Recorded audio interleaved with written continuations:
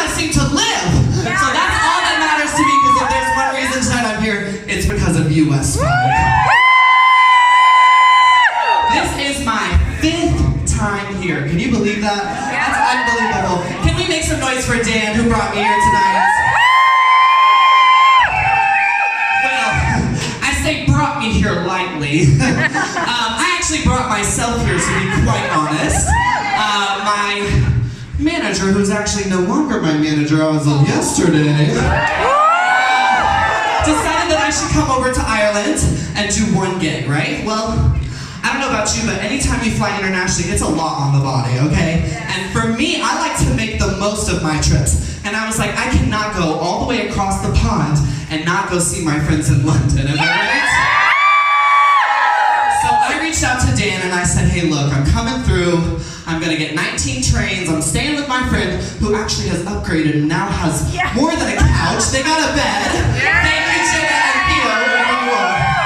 And I said, I really want to do this show. And he was like, well look, it's what is it, a cash holiday? What do y'all call it? Bank holiday. Well, I was close. Cash money, bank holiday, there it is. He was like, it's very wishy-washy in London at this time. And I said, well, I'll take the risk, because I know if I know, that's an interesting thought. I know that my buds will show up for me, and sure enough, you did. So thank you.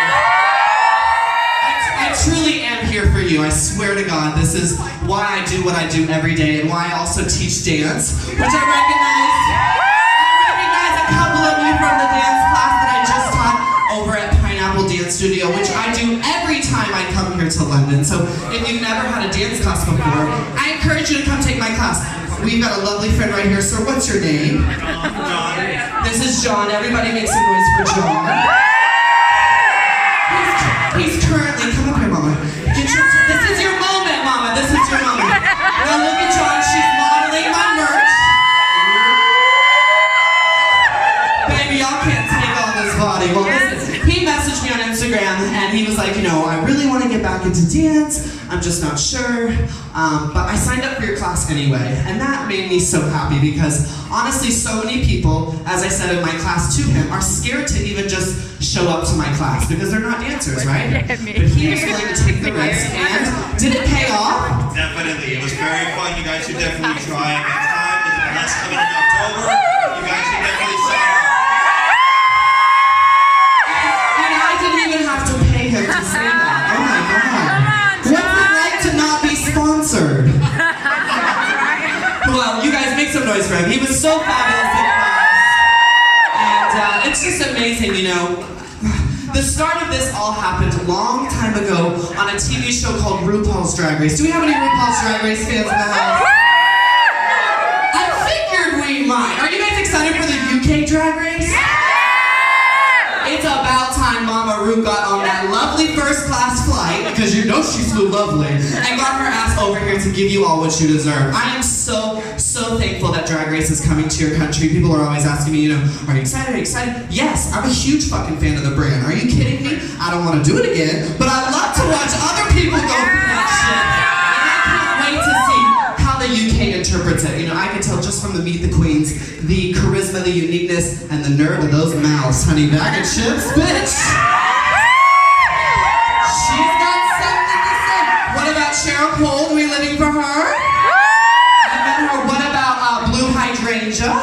She's gorgeous. Well, I'm just so excited for you. But, so, like I said, this all began on RuPaul's Drag Race. Before that, I was just a dance teacher who piddled in drag, because I am kind of trans in the head. So I do love to be a woman on my off time.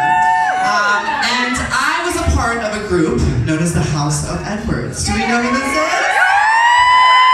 Do we have any hoes in the house tonight? That's House of Edwards, hoes. Yeah? Okay, very little. I'm shocked. No House of Edward fans in the house? Okay, that's what I thought. Well, I am so lucky because, you saw season 6, and actually the UK really liked me, but America found me fucking annoying. They couldn't take me. So I was so thankful that I got to come to London first with my drag mother and drag sister, and that is Alyssa Edwards and Shangela. Look, people want to say what? And the reason I want to to start with them is because the truth of the matter is I would not be here today if it wasn't for them. I was a very shy, believe it or not, drag queen. I never wanted to get on the mic. Are you kidding? When people told me you had 5 minutes to kiki, I was like, what the fuck am I going to talk about, bitch? And so watching Alyssa and Shangela, it really taught me how to be confident, how to own who you are, and how to just get on the mic and just say whatever the fuck you feel. Because at the end of the day, it's all about having a good time, right? And if there's anything that Alyssa and Shangela do, bitch, it's have a good time. Did you guys ever see my YouTube series, Keeping Up with the Edwards? Mama, if you didn't, you gotta go check it out. There's one night we were in Brighton at Revenge, and when I tell you those two got so fucking full, bitch, Alyssa was vacuuming up Shangela's hair on the floor. At one point, Alyssa was like, I bet you won't walk over to that table full of food and swipe it. Bitch, Shangela, swipe that fucking table. Alyssa said, I bet you won't take that bottle and throw it at the window. Alyssa, she takes the bottle, she throws it at the window, bitch. It was wild. So needless to say, I had to get sober after that shit. Because that was fucking wild. And that really taught me a lot about myself. I was sober for 3 years. I had a huge, thank you very much. I had a huge problem with alcohol. Does anybody like to drink in the house? Good, tip your bartenders, because that's how they're making money tonight since they gave me your door. So please, please support the bar because we can't do this without your drinks. So buy the drinks. But for me, not drinking really taught me how to have a good time without substances. And that's what really taught me to become a performer and somebody comfortable on the mic. So I like to give props to my mama and my sister for teaching me that. Now I know you all want the tea because you're all fucking thirsty Drag Race fans and you want to know, well, so what's the tea? Why are you not a part of the house? Look, when you're a family, shit can get wild, shit can get crazy and can get tough, but when you're a family, you're always together. Isn't that true? I think so. I've been blessed to have a beautiful mother and father who have loved me. Now, when I did drag, they weren't too thrilled, but they did buy me high heels 3 years ago, which was an amazing. So no, Alyssa and I, we're not friends anymore, unfortunately. We don't have a lot of communication. But what I can say is that when I think of her and when I think of the incredible times they had, they outweigh the ending of our relationship. And I truly believe that maybe one day we will be able to come to a common ground because I know the love between us is still there. Now I'm sure you're wondering about Shangela. Well, what's the tea with her? Now Shangela and I, I'll be honest, we were never really that close because Alyssa and I, we worked at the dance studio. So Alyssa was my brother before, well, I say brother lightly because she's a woman.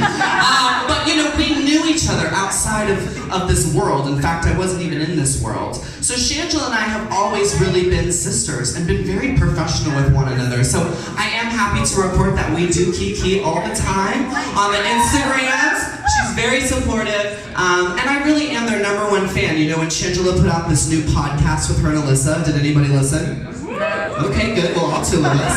Well, it was amazing, and when I saw that shit pop up, I went immediately and listened, and I got my life. It's hilarious. It's just about them on the road, and that's what I mean. I think that we can have disagreements with people, but we can still love them, and we can still accept them. And I think it's really important during this era of Brexit and for in America with Trump and this huge xenophobia, which is the fear of something that's different than ourselves, that we remember it's okay to be different, it's okay to have differences and disagreements, because at the end of the day, as long as we can love each other, give each other a good space, because Alyssa and I, that's all it is, we're on a timeout, mama. We're on a big timeout.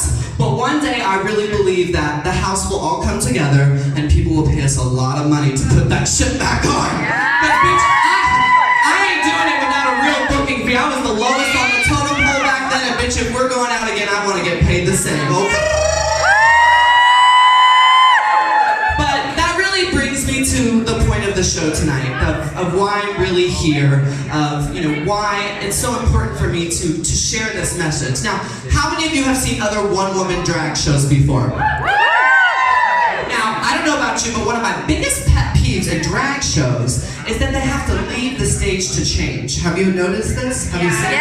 Now, sometimes they're creative, like Sasha Velour, and they have a beautiful imagery behind them. Isn't this beautiful?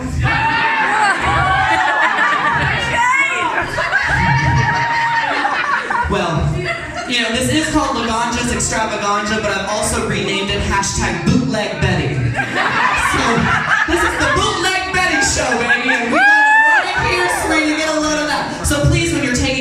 images of me tonight, make sure you're getting it from here. Yes.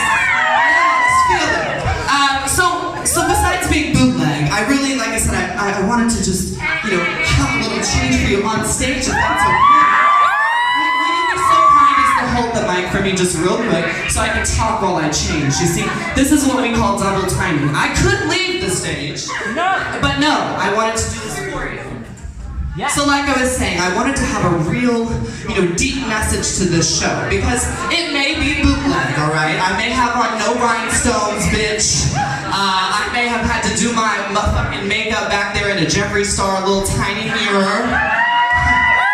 But at the end of the day, we're here, and we are queer, and we are celebrating one another. And I think that's the real point of the show. It's not just about, Laganja. It's really about me! See how I did that there? Do you see how I did that? Now, Jenna, will you bring me my other parts to the costume? Oh, yes, thank you so much. Hold on 1 second.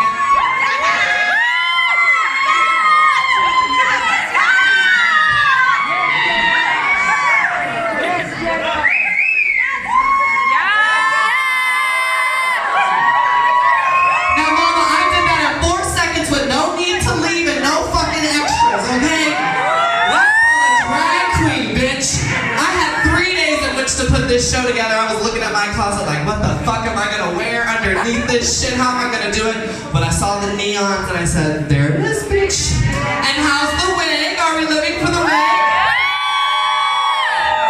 Hashtag sponsored, Webster Wigs. Shout out. If you don't know Webster Wigs, he's from the UK, bitch. I met him when he was 19 years old, and in just my math isn't great. My arithmetical skills are questionable. In just like 4 years, he has doubled the size of his business. It is unbelievable what this young gentleman has accomplished. And the fact that he has believed in me through the whole time, I mean, he could have had a lot of more popular girls or girls from current seasons. But if you've ever gotten the flyer from one of his wigs, bitch, there's me. So I'm so thankful that when I was here, I just did a huge photo shoot with him, and she gave me a couple of wigs. More than a couple. She's very generous. And this is one of them, and I just love it, so I just want to give him a shout out, and again, to just show that I love the UK. I know there's a lot of people out there, I won't name names, Michelle, who really love to say they're very UK, but I just like to be UK instead of say it. Okay? So, when are y'all gonna catch me on a fucking TV show over here? What's the tea? I'm trying to get on some crazy shit. Well, are we ready for another song? This next song is truly my favorite single that I've ever had. My dear friend Jay Tyler, who you heard rapping on the first track, he actually wrote all of my music. Now, I want to kind of just spill the tea again, because I'm here to be transparent. I have never made a single dime off one piece of my music. Not one. My first producer stole over $25,000 from me off of Legs, Hotbox, and Teespring. My second music producer didn't steal money from me, but I have paid, including my music video, Look at Me, over $35,000. So, you do the math and understand why it's very hard for me to continue to do music. A lot of people, my friend Adam was like, when are you gonna do music? When are you gonna do music? And it's like, well, I'm actually sitting on an album. I paid $10,000 last year to do an album. But the problem is, I don't have enough stability financially and crowd-wise to really promote that and to do that. So I wanted a song that kind of represented this struggle, right? Because even though I was making music with a new producer, there were no contracts, bitch. I'm bootleg Betty, bitch, okay? I just believed and I just went for it. And so I wanted a song that kind of encapsulated the struggles that drag queens go through. So here's my single, Smoke Break.